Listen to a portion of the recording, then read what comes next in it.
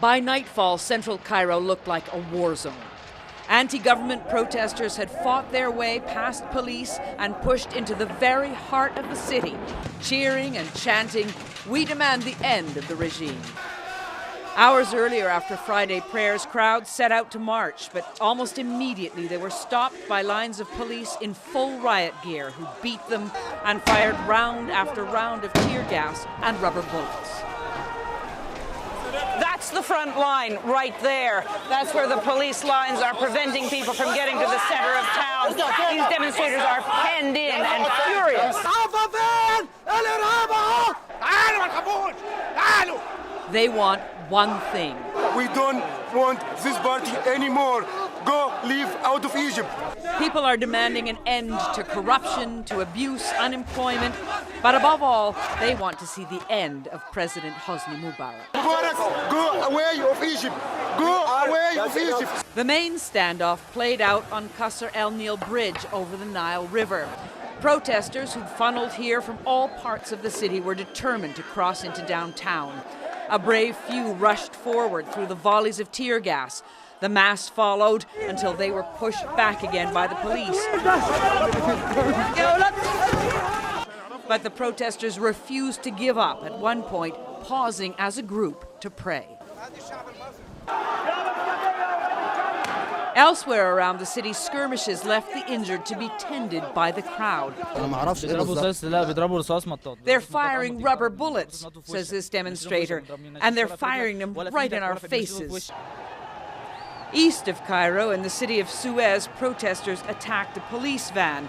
The driver was finally forced to escape by driving through the crowd. As dusk fell in Cairo, the crowds had grown so huge, pressing forward from the bridge, throwing rocks, until the police seemed simply to give up, and the crowd streamed forward into Cairo's Freedom Square. Nearby, a powerful symbol of Mubarak's regime, his political party headquarters, was looted and set ablaze.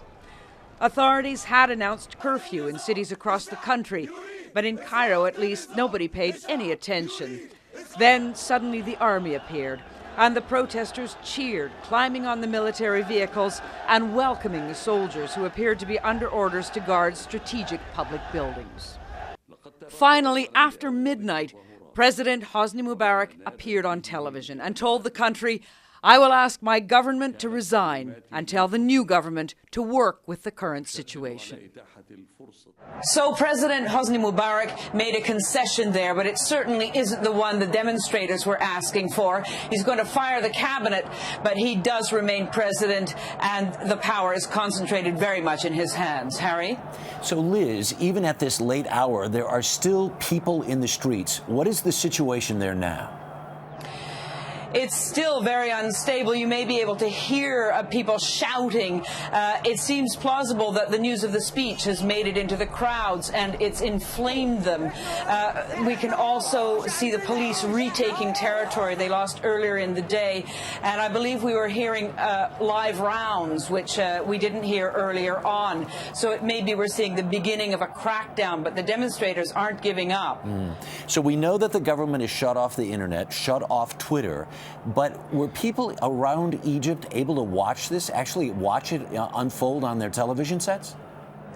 Astonishingly, Egyptian state television, which usually toes the party line, was showing pictures of what was going on here. And furthermore, the Arab satellite channels have covered it like a blanket. So anybody who has access to a television in Egypt knows exactly what's going on. And Liz, is there any way to guess what might unfold tomorrow? We are in completely uncharted waters here, Harry.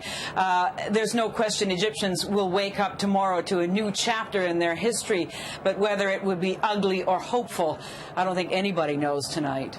Liz Palmer in Cairo this evening. Thank you very much.